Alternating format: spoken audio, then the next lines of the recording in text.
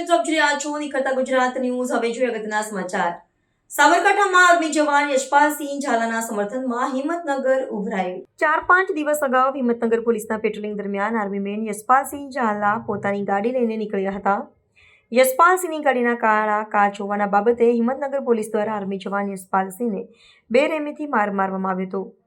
Army જવાનને જાહેરમાં બેરહેમીથી માર મારવાના પડઘા આખા ગુજરાતમાં પડતા તેના સમર્થનમાં આખા ગુજરાતનું રિટાયર્ડ આર્મી સંગઠન યશપાલસિંહની વારે ચડી આવ્યું હતું અને ગુજરાતભરના રિટાયર્ડ આર્મી જવાનોનો ખૂબ જ મોટો કાફલો તેમજ સાબરકાંઠા અને અરવલ્લી જિલ્લાના ઠાકોર સમાજ તથા અન્ય સમાજના લોકો પોલીસની દમનકારી નીતિનો વિરોધ કરવા તેમજ ખોટો પોલીસ કેસ અને ખોટા ડોક્ટરી રિપોર્ટોની વિરુદ્ધમાં હજારોની લાખોની સંખ્યામાં ગુજરાત આર્મી રિટાયર્ડ સંગઠન અને પ્રમુખ જીતેન્દ્ર નિમાવતજી સાબરકાંઠા અને અરવલ્લી જિલ્લાના સર્વ ઠાકોર સમાજ તથા અન્ય સમાજના લોકો જનાક્રોશમાં હાથ તિરંગા સાથે રેલીમાં જય હિન્દના નારા સાથે આખા હિંમતનગરમાં જાહેર રસ્તા ઉપર પગપાળા નીકળી પડ્યા હતા અને બોલાવેલી જાહેર ભીડની એક જ માંગ હતી કે પોલીસની દમનકારી નીતિનો ભોગ બનેલા યશપાલસિંહ ઝાલાને ખોટી રીતે માર મારવા બદલ તેમજ ખોટા કરવામાં આવેલ પોલીસ કેસ પાછો ખેંચવામાં આવે તેમજ જે પોલીસ કર્મીઓએ યશપાલસિંહની ઉપર હાથ ઉઠાવ્યો છે તે પોલીસ કર્મચારીઓ વિરુદ્ધ ફરિયાદ નોંધવામાં આવે તેમજ ગુજરાતમાં આવા બનાવો ફરીથી ન બને તે માટે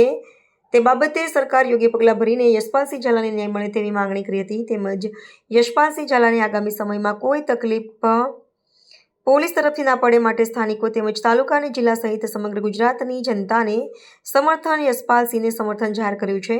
તેમજ હિંમતનગરના ગુજરાતભરના દરેક જિલ્લાઓના લોકોએ પોતાનો આક્રોશ વ્યક્ત કરી યશપાલસિંહને ન્યાય મળે તેવી માંગ કરી છે.